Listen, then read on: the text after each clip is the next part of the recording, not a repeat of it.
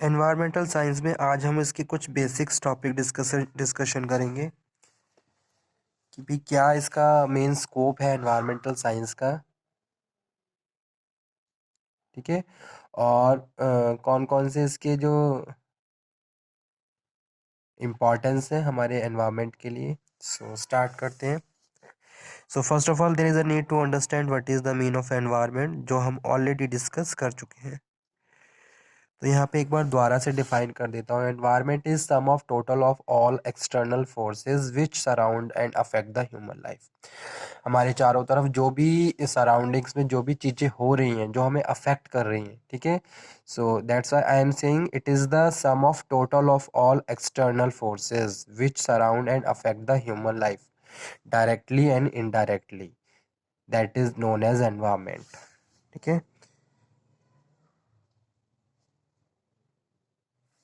It is the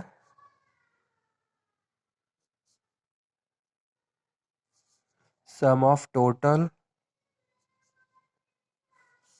of all the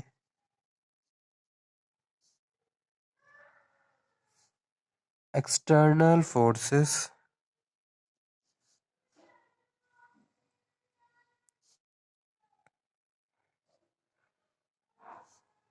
which surround and affect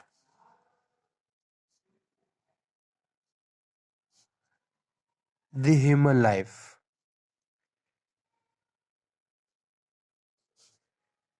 directly and indirectly। ठीक है। So environment include all forces which affect the life, nature, behavior, growth, development of human life। ये सब चीज़ें हमारे environment में आती हैं। So why the physical component like water, air, soil surrounding the human life at the particular place is known as environment. ठीक है। So environment is constitute all elements which are present on the earth. Earth पे जितने भी elements present हैं, जैसे कि physiological है, biological है, सोशल है, इकोनॉमिकल है, वो सब हमारे एनवायरनमेंट का पार्ट है। ठीक है। Environmental science is the systematic study of our environment. ये डेफिनेशन इंपॉर्टेंट है, लिख देता हूँ।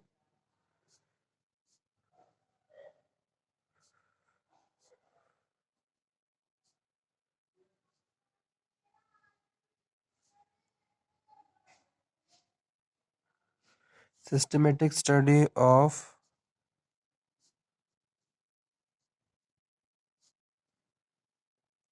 Our environment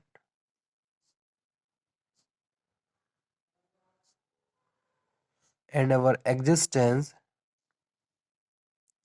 in it. It include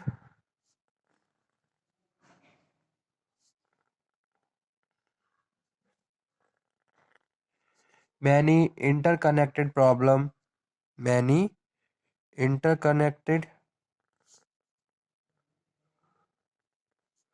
problems involving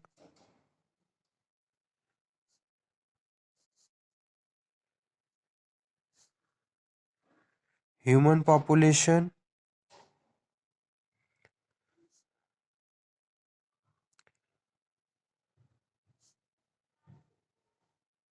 earth natural resources,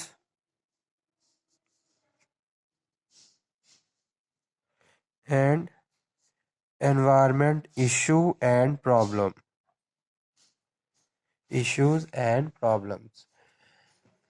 So the environmental scientists try to establish general principles about the how natural world functions. They use these sorry. So the five element or stages which contribute addressing an environmental problem.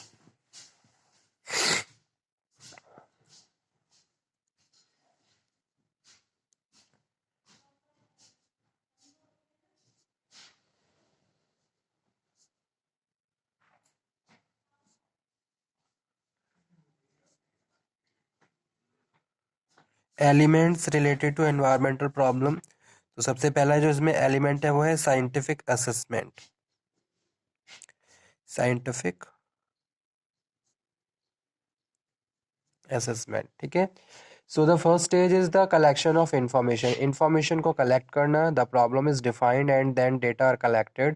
जो problem है उसके हिसाब से आप data को collect करिए, experiment करके and perform construct a model, और एक मॉडल परफॉर्म करिए, ठीक है।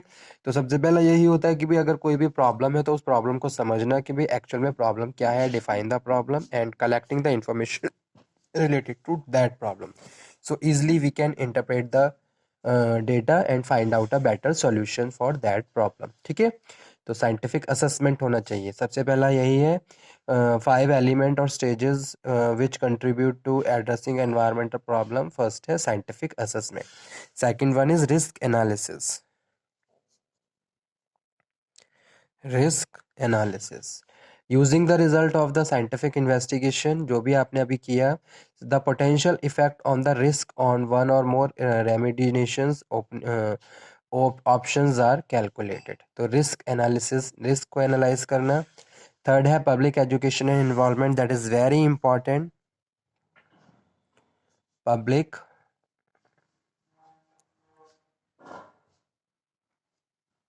Education and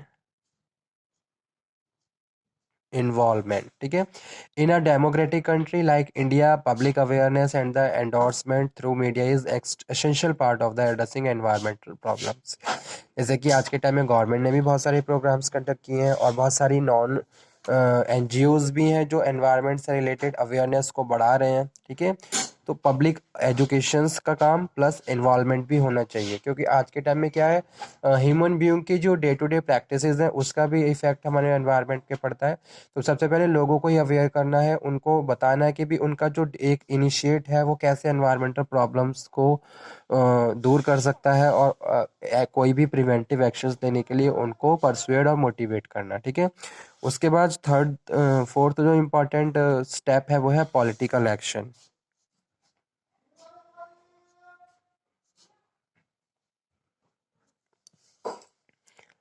political actions, affected parties हैं थ्रू द इलेक्टेड ऑफिशियल्स हैं, decide a course of actions and implement it.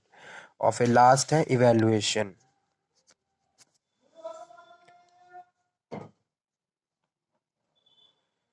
Last one क्या है, लास्ट वन है evaluation. The result of any action is should be carefully monitored so to see if the problem is really being addressed and also be improved to the initial assessment and modeling of the problem, ठीक है। तो ये सारे क्या है, important elements हैं जो कि related है environmental problem से। अब स्कोप क्या है इसका, इसका मेन स्कोप भी समझ लीजिए। तो इसका जो फर्स्ट स्कोप है वो है टू क्रिएट अवेयरनेस, लोगों के बीच अवेयरनेस बढ़ाइए, to people to know about the various renewable और नॉन रिन्यूएबल सोर्सेज। लोगों को अवेयर करिए एनवायरनमेंट से रिलेटेड प्रॉब्लम से, और साथ के साथ उनको मोटिवेट करना होगा कि भी कैसे वो अपने स्टेप से खुद से इनिशिएट लेके एक स्टेप आगे बढ़ के एनवायरनमेंट को कैसे हार्मफुल इफेक्ट को रोक सकते हैं, ठीक है। और साथ के साथ उनको बेसिक्स नॉलेज देना कौन रिन्यूएबल रिसोर्सेज और नॉन रिन्यूएबल रिसोर्सेज के बारे में, ताकि हम उसको एक बैलेंस तरीके से यूज़ करें, ऑप्टिमम यूटिलाइजेशन और ओवर यूटिलाइजेशन ऑफ रिसोर्सेज ना हो। सेकंड जो स्कोप है वो है it provide knowledge about the ecological system and cause and effect relationship, कैसे सारी चीज़ें आपस में कनेक्टेड है, हमारा इकोलॉजिकल प्रोसेस क्या है, ठीक है। और बायोडाइवर्सिटी के बारे में अगर मैं बात करूं, वैरायटीज ऑफ लाइफ, और कैसे आपस में जो एनिमल्स हैं एक दूसरे से कनेक्टेड हैं, तो इन सब चीज़ों को बारे में भी नॉलेज को स्प्रेड करना। थर्ड जो स्कोप है वो है it provide information about the biodiversity richness and potential danger to various species, species के बारे में जानकारी बताना, और कौन सी स्पेशीज आज के टाइम में एक्सटिंक्ट हो रही हैं, विलुप्त जातियां, और उनका क्या इफेक्ट पड़ेगा हमारी आने वाली जनरेशन्स पे, कैसे हमें हमने कैसे हमें प्लांट्स और जो ये जो अलग तरीके की डाइवर्सिटी है उनको कंजर्व करके रखना है, इनको प्रिजर्व करके रखना है। It tell about the problem over population health and hygiene, और सबसे बड़ा जो मेजर इशू रहता है वो जैसे कि like India, over population and over utilization of resources, तो उनकी नॉलेज भी उनको शेयर करना, ठीक है। And it tried to identify and develop eco-friendly skills technologies to various environmental issues, It teach citizen and need to be sustainable utilization of resources, and it enable theoretical knowledge to into practice and the multiple use of environment. So these are the important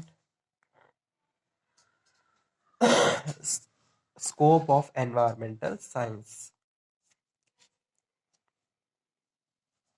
ठीक है.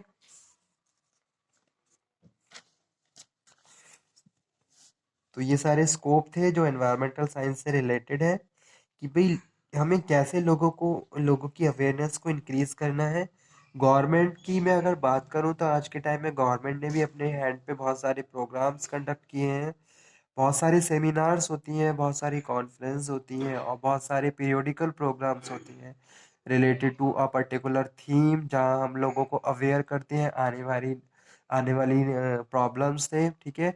और साथ के साथ environment को हमें कैसे balance करके चलना है, किस तरीके से रिसोर्सेज को यूज़ करना है, और आज के टाइम में कैसे मॉडर्न टेक्नोलॉजी को यूज़ करके हम अपने एनवायरमेंटल थ्रेट्स को और जो एक्सप्लोटेशन है उसको कम कर सकते हैं. ठीक है.